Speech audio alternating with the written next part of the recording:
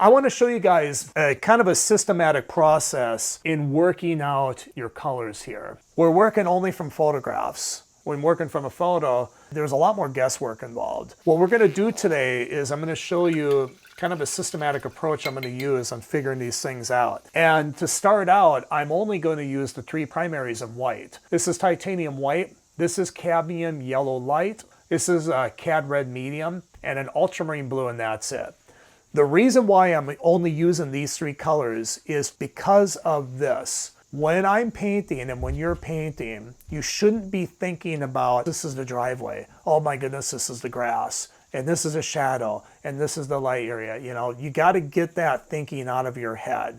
You have to look at shapes of color and value and reduce everything down to that and ask yourself, what value is it? First and foremost, but also what color is it? What color temperature, and how intense or how neutral should that color be? The beauty of using this approach is that you're simplifying that thinking process. On this palette, incredibly limited palette, you only have two warms and you have two cools. So therefore, when you need to cool a color, you have two options. Do I need to go darker and cooler? Probably gonna go with this. Do I need to go lighter and cooler? I'm probably going to go with that. There's no other options. Therefore, I'm simplifying the process. Do I need to go warmer and darker? I'm probably going to go with this. Do I need to go warmer and lighter? I'm probably going to go with that. This is super important. Notice how I was merely looking at these colors from a functional perspective. This is going to serve as my cooling and darkening function, my cooling and lighting function. I'm not thinking so much ultramarine blue or titanium white. I'm just thinking cooler and darker, cooler and lighter. So what's my objective on this? What do I want to get? I want to figure out the cast shadows on the driveway and how they go to the grass. Let's get started. I'm just going to take a little bit of just cad red and ultramarine blue. I'm going to try to identify the easiest color and value to block that in first. What's the easiest thing to identify for me? It's probably going to be the darker cast shadow, because I have some experience with that. For others, it might be the green. They might be like, you know, I can really nail those greens in sunlight, so I think I'm going to get that in first. So you ask yourself, what is the most obvious color and value to you? And put that in. I'm going to take some ultramarine blue, because the shadows have a bluish tone to them. They're darker. So ultramarine blue is a good starting point. But they're not that dark. So I'm going to grab some white. So I start from the idea the cast shadows are cool and they're dark. So I take my cool dark color and I stick it on there. But it's not that dark. So the next thing is I take my other cool color, my cool light color, and I mix that in there. So that's a very nice, pretty blue, but that's a little too intense. Okay, if I stick that blue on there, it could work, but that's pretty screaming loud, okay, as far as blue is concerned. It's a little too much. I need to neutralize that. We know that, and this is the beauty of working with a limited palette when you're trying to figure things out. I know that to neutralize a blue, I need to use some form of its complement. Well, the complement of blue we know is orange. Well, what makes orange? My other two colors that I haven't used yet, red and yellow. Let's start with a little bit of red first. And just, you don't have to mix orange necessarily. The very fact that I added cadmium red is going to neutralize that color a little bit. Not much, but a little bit. Maybe that's all I need, is just a cad red in there. Cad red might darken it a little bit, so maybe I'll add a little more white to it. I'm not going to add yellow to it yet, because if I add yellow, that's introducing a whole other color that can really throw things off. It's going to neutralize it even more and probably shift it more toward green. And I don't want this to be green. I want it to stay more in the violet. So I'm just using the three colors to get that. The details and all that stuff, that can come later. So you have to know what your objective is in this. Now I can either try to figure out the color here, or I can take this over into the grass area. I'm probably going to take this over into the grass area first. When I look at the reference photo, I can see that it's pretty much the same value. So what color are we? Well, we're going to be green. What makes green? Of course, we know it's going to be blue and yellow. So let's take some ultramarine blue and let's take some cad yellow light. Let's put that on there once. That's a darker value. That's a little too dark. So I need to lighten it. Cad yellow is going to lighten it. It's also going to make it a little more intense. Let's put that on there. Maybe still a little too dark. So that's pretty good. So I got my hue and I have my value identified. But there's one problem. My intensity might be a little too much. So what's going to neutralize this color now? Well, I've used these two. Obviously, adding more of these two is not really going to neutralize it. I'm just going to end up with either a bluer green and darker green or a lighter and more yellow green. But it's not going to be neutralized. So my neutralizing colors is going to be this. And by the way, this. Don't discount white. White usually does a lot of things when you're dealing with anything, but especially with a limited palette. So if I add red, it definitely neutralizes it and almost starts to turn it toward more of a brownish and warmer green. I don't know if I want to go so much warmer, then it doesn't look like it's in shadow anymore. Because remember, our shadow is going to be somewhat on the cooler side. So my only other option is white. That's going to neutralize it as well. And you might have to add a little bit of both. You might have to add a little bit of red and a little bit of white. But the beauty about this one is that your options are so darn limited that you eliminate the confusion. Okay, so right there, I think I got a pretty convincing thing going on. My values are pretty good in here. I can definitely see the color transition from light to shadow. Now we got to do the light part. I'm going to put in my green sunlight color next because that's probably going to be the next easiest color to figure out. This driveway color is going to be the most challenging. So let's take yellow and blue. This time we're going to have a lot more yellow, of course. And that, of course, is a lighter value. And let's stick that in there. I can maybe go even a little lighter in value. So we're going to go with more yellow. But that's not too bad, actually, because this should not be like screaming light.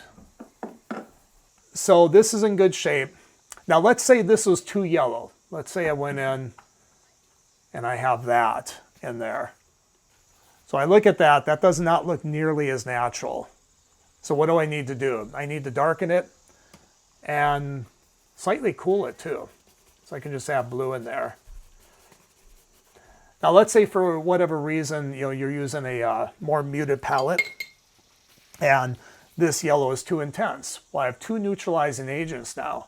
I have red, which is really going to de-intensify it more. And it's going to darken it too, as you can see there. Don't know if I like that. And the other thing is I have white. So once again, white can do quite a number of things. Okay, now we're going to tackle the tough part, the part that we've been waiting for that we're not sure on, this here. Obviously, it's going to be the lightest value within what we've done here. Now you might be like, well, how do you identify the color when it's so ambiguous? Well, you really don't have to identify it, and you actually want to get that out of your head. I'm going to identify the value, a little darker than this, and then what does it kind of feel like? Does it kind of feel pinker? Does it feel oranger? You know, I'm going to look at it and try to just kind of feel that out, if you will. I'm going to start with white because it's a very light value color. And of all the colors I have on my palette, it seems to be closest to white, but it's not going to be totally white. Now, it seems to have this pinker quality, so I'm going to start with red and see what that looks like. Okay, it definitely looks pink, but it looks a little too much. So I'm going to want to maybe neutralize that a bit. So to neutralize that, I'm going to go in with the other two colors. I'm going to go in with blue and green, or blue and yellow, which is going to green it up a little bit. Now it really starts to push that more toward a greenish tone. So that got too green. So I need to go back in with a little more red and maybe a little bit of blue. It's not bad, but it still feels a little too gray, a little too cool. You need to break it down into technical terms. Is it too light, too dark, too warm, too cool, too intense, or too neutral?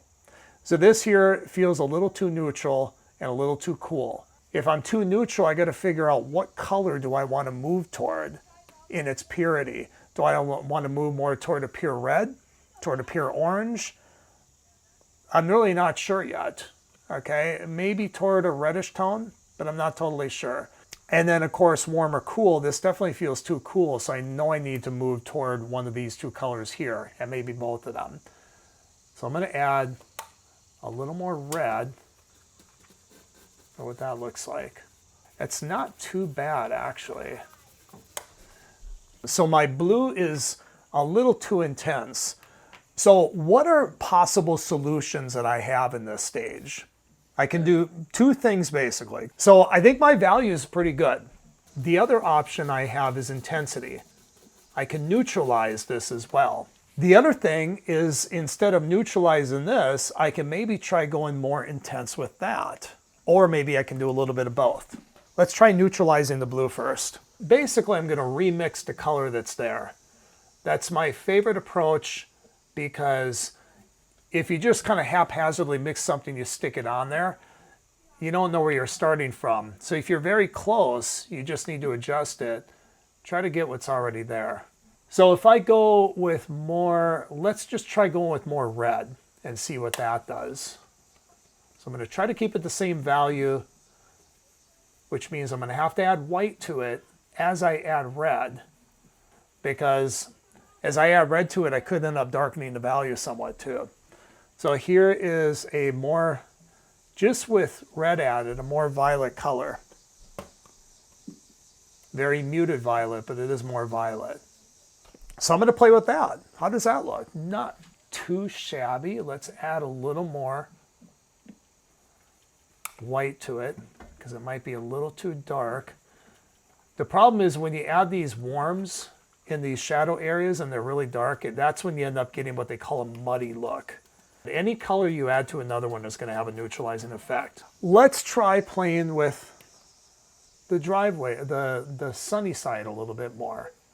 I'm going to add white, and let's just try. Now this is where you can just have fun experimenting. When you get this close and you're almost there, then you can start to experiment. But this is a lighter, more yellow-ish tone. And because I'm very close, I don't have to cover everything up, but I can just see what kind of effect does that have. See, I don't like that as much. So let me go in with some red, some more red in here. I'm going to try to get some very clean red. So this is a very light pink color. So a little bit of that pink is pretty good. We haven't tried orange yet. So see where this gets to be fun when you do this. The clip you just watched is a short excerpt from one of my past Oil Painting Plus Gold level member workshops. If you enjoyed it, I really think you would love what's inside. Gold and silver members get immediate access to over 5.5 years worth of past workshops that correspond to their membership level. However, gold members get to meet with me twice a month in a live Zoom session to dive deeper into the painting process. If you'd like to take your painting to the next level, you can join silver membership right away, or you can join the gold level member waiting list by going to www.oilpaintingplus.com. It would be an honor to paint with you.